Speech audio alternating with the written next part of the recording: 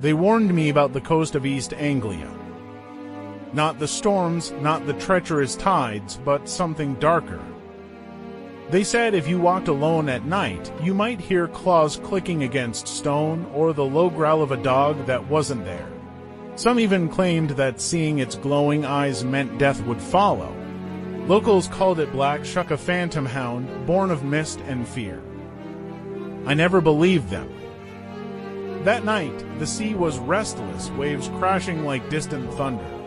I took the narrow path that wound along the cliffs, my lantern barely cutting through the fog. Every shadow seemed alive, twisting in the pale light of the moon. At first, it was just a sound steady, deliberate. Click, click, click. I stopped. The wind howled, carrying the briny scent of the ocean. Nothing, only the hollow echo of the waves. I forced a laugh, convincing myself it was a trick of my imagination. But then I saw it. Two eyes, burning like coals, staring from the darkness just beyond the reach of my lantern. They hovered too high, too steady, not like the reflection of any ordinary dog.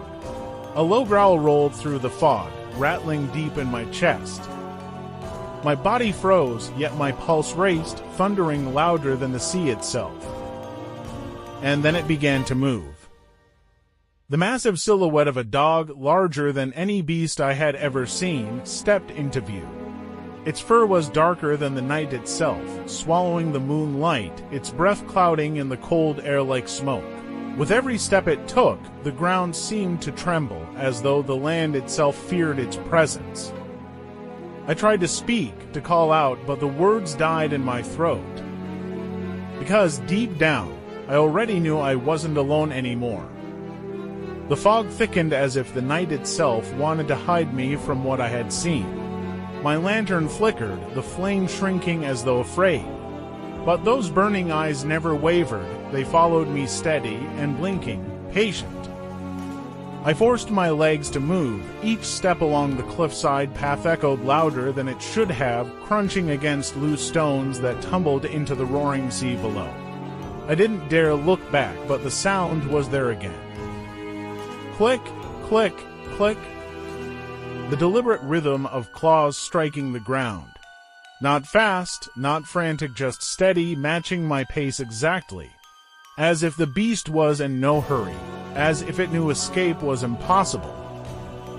The air grew colder, my breath billowed in clouds, but the chill that crawled along my spine wasn't from the wind. It was the feeling of being watched, of being chosen. I turned. It stood only a few paces away, Black Shuck, its massive frame cloaked in shadows, fur rippling as though the fog itself clung to it. Its maw parted slightly, revealing teeth long and jagged, glistening like shards of bone. No sound came, only that low rumble of a growl vibrating through the earth. I stumbled back, my lantern swinging wildly. The flame nearly died before sputtering to life again, casting grotesque shapes across the rocks. The hound didn't move closer, but its eyes burned brighter, searing into mine, rooting me to the spot. I remembered the stories then. They said if Black Shuck crossed your path, misfortune would follow, sometimes death, sometimes worse. But there was one detail the old fisherman whispered, a detail I had laughed at. They claimed the hound did not simply appear. It chose who to haunt, who to follow, who to claim. And standing there on that desolate path above the endless sea, I realized with cold certainty. It had chosen me. I forced myself forward, though every instinct screamed to run. The path narrowed, sheer drops on one side, twisted brambles on the other. My lantern bobbed weakly, its glow shrinking as if swallowed by the night. Behind me, the sound never changed. Click, click, click. Measured, calm, relentless. I tried quickening my pace, so did the hound. I slowed, so did it. It wasn't chasing me. It was shadowing me, savoring the fear gnawing at my chest. The fog thickened until I could barely see the trail ahead. Shapes seemed to move in it, half-formed figures stretching long arms, faces melting back into the mist. My heart hammered, but I couldn't tell if it was from the climb or the presence behind me. I stopped suddenly, turning sharply with the lantern raised. Nothing. The fog stirred, empty, only the sea's endless roar and the rustle of the wind. For a moment, I dared hope I had imagined it, that fear had conjured the beast. My breath came ragged, my legs trembling under me. Then, a sound. Low, guttural, vibrating through the earth beneath my boots. The growl rolled forward like thunder, and slowly, out of the mist, the hound emerged again. Larger than before, its eyes twin furnaces cutting through the dark. It didn't charge, it didn't snarl, it simply watched. I stumbled backward until my heel struck the edge of the cliff. The sea crashed below, furious and endless, one wrong step, and I'd be gone. Yet Black Shuck only tilted its massive head as though amused at the trap I'd cornered myself in. That was when it struck me. It wasn't simply following me, it was hurting me, guiding me step by step until there was nowhere left to go. And the realization was worse than the fear itself. Because if Black Shuck had led me here, then the question wasn't if I'd survived this night. It was what it wanted to do with me once the path ended. The wind howled off the cliff, pulling at my coat, scattering the lantern light into broken shards across the fog. My chest heaved, every breath sharp and metallic. The beast stood before me, its bulk blotting out the path, eyes burning with a fire that wasn't natural. "Stay back," I croaked, though my voice was little more than a ragged whisper lost in the storm. The hound tilted its head again, and then its jaws parted.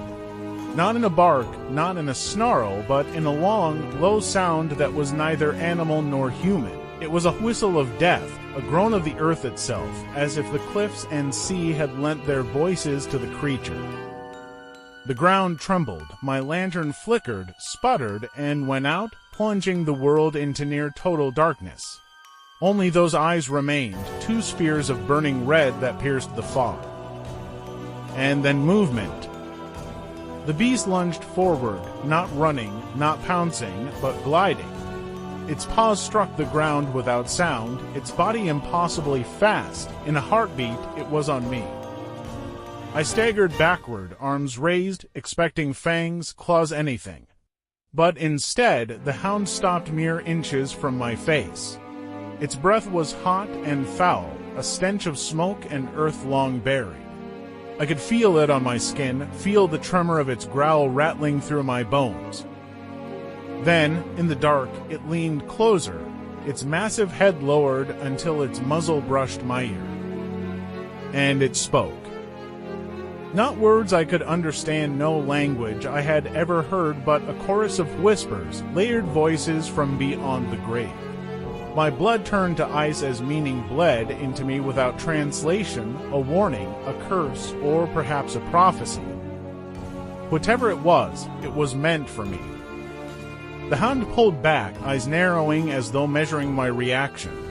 And then, as swiftly as it had come, it melted into the mist, leaving me trembling on the edge of the cliff, the sea raging below. But the echo of its message remained, burrowed deep in my mind. And I knew my night with Black Shuck was not over. It had only just begun. The man's breath grew ragged as he stumbled onto the empty road, convinced he had shaken the monstrous hound. But then out of the silence came the low echo of padded steps, perfectly matching his own. He froze, his heart pounded, yet when he turned, there was nothing. Only the hollow stretch of night. Still, the air was heavy, as if unseen eyes were locked on him. From that night forward, the Black Shuck never showed itself fully again. But the man could feel it always just a step behind, a shadow in the corner, a whisper on the wind. He had not survived the encounter, he had inherited a curse. And maybe, if you've ever felt the same chill at your back, the same weight pressing on your soul, you carry it too.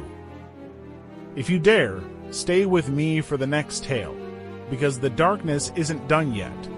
Share your thoughts in the comments, and don't forget to like this video and subscribe for more chilling encounters with the unknown.